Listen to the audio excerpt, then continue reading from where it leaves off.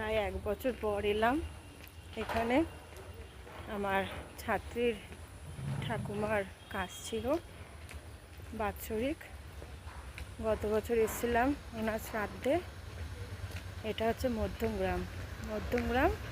আমি জায়গাটার নাম ঠিক জানি না, কিন্তু জায়গাটা খুব সুন্দর, পরিবেশটা পাশে কি সুন্দর,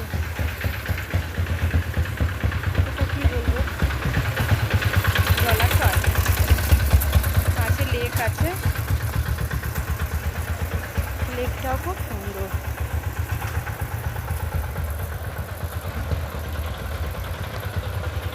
খুব সুন্দর জায়গাটা মধ্যমগ্রামে।